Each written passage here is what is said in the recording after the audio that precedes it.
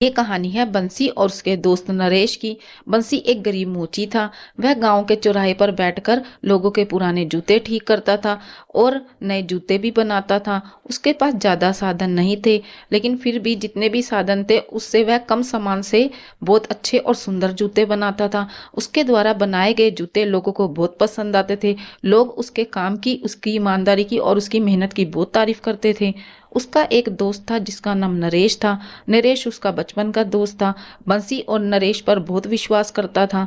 एक दिन नरेश बंसी को कहता है कि तुम इतनी मेहनत करते हो, तुम्हारे द्वारा बनाए गए जूते भी सबको पसंद आते हैं, क्यों ना तुम कुछ ऐसा करो जिससे तुम्हारे को ज्यादा फायदा हो। तुम मुझे कुछ जूते बना कर दो, मैं उसे बाजार में जाकर अच्छे दामों पर बेच दूंगा। इससे और तुम्हें और मुझे दोनों को बहुत फायदा होगा। बंसी नरेश पर बहुत विश्वास करता था, वह उसकी बात मान लेता है। वह दिन रात मेहनत करके कुछ जूते बनाता है और नरेश को जूते बनाकर दे देता है। नरेश बंसी से वादा करता है कि वह जूतों को शहर में अच्छे दामों पर बेचकर दे पैसे तुम्हें दे दूंगा। यह बोलकर वह बंसी से कुछ जूते लेकर चला जाता है। कुछ हफ्ते बीत जाते हैं, लेकिन नरेश बंसी से ना तो मिलने आता है, ना ही उसे कुछ पैसे देता है।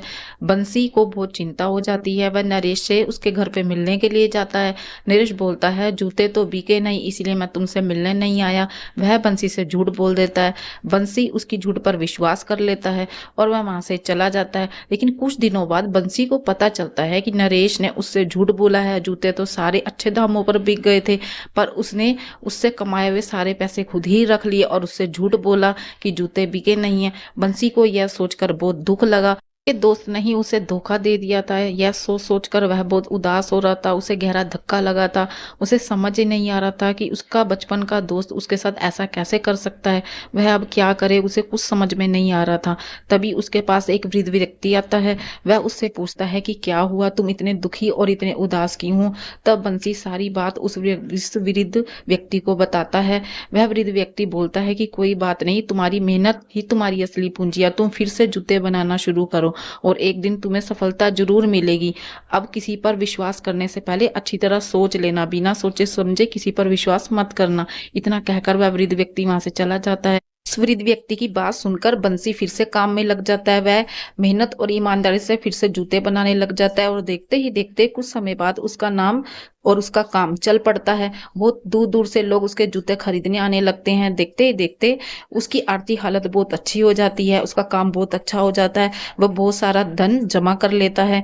फिर एक दिन उसका दोस्त नरेश उससे मिलने के लिए आता है। उसे अपनी गलती का पछतावा होता है। वह बंसी से माफी मांगता है और बोलता है कि मुझे माफ कर दो, मैं लालच में आ गया था, मैंने तुम्हें धोखा दिया, हो सके तो मुझे माफ कर दो बंसी, मुझे माफ कर दो।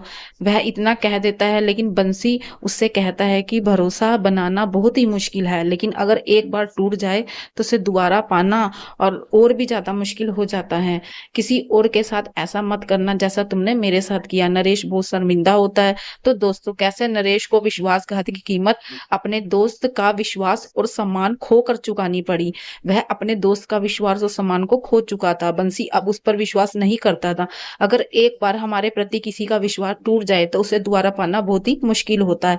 विश्वास की डोर बहुत ही नाजुक होती है। एक बार टूट जाए तो फिर उसका जुड़ना बहुत मुश्किल होता है।